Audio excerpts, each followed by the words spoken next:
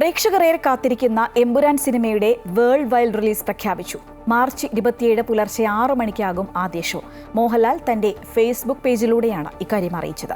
ശ്രീ ഗോകുലം മൂവീസാണ് ചിത്രത്തിന്റെ ഓവർസീസ് വിതരണം ഏറ്റെടുത്തിരിക്കുന്നത്.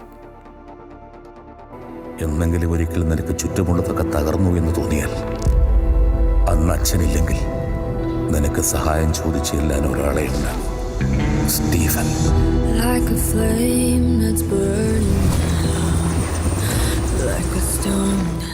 എമ്പുരാന്റെ ആദ്യ പ്രദർശനം മാർച്ച് 27 6 മണിക്ക് തുടങ്ങുമെന്നാണ് ഔദ്യോഗിക പ്രഖ്യാപനം.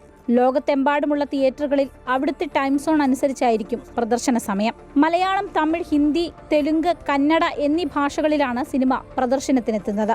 ശ്രീ ഗോകുലം മൂവീസാണ് ചിത്രത്തിന്റെ ഓവർസീസ് വിതരണം ഏറ്റെടുത്തിരിക്കുന്നത്. കേരളത്തിനകത്ത് ആശീർവാദ് സിനിമാസ് തന്നെയാണ് ചിത്രം തിയേറ്ററുകളിൽ എത്തിക്കുക. മലയാളത്തിലെ ഏറ്റവും മുതൽ മുടക്കേറിയ സിനിമയാണ് എമ്പുരാൻ.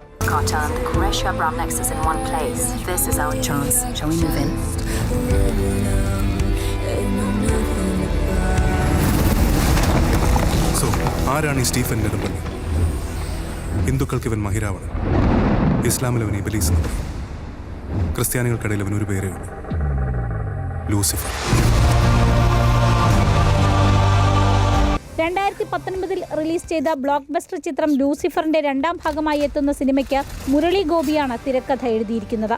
മോഹൻലാൽ കേന്ദ്ര കഥാപാത്രമായി എത്തുന്ന ചിത്രത്തിൽ പൃഥ്വിരാജ്, മഞ്ജു വാര്യർ, ടൊവിനോ തോമസ്, ഇന്ദ്രജിത്ത്, സുരാജ് വെഞ്ഞാറമൂട്, ജെറോം ഫ്ലിൻ, ബൈജു, സായ്കുമാർ തുടങ്ങിയ താരങ്ങൾ അണിനിരക്കുന്നു.